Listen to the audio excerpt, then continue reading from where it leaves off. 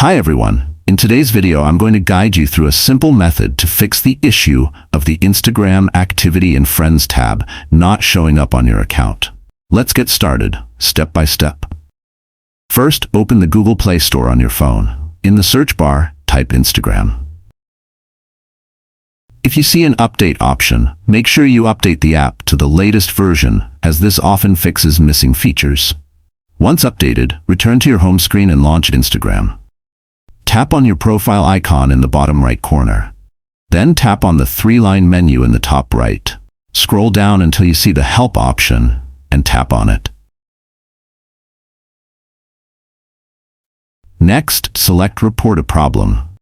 Here you'll see a setting at the top. Make sure to turn off the toggle option that appears.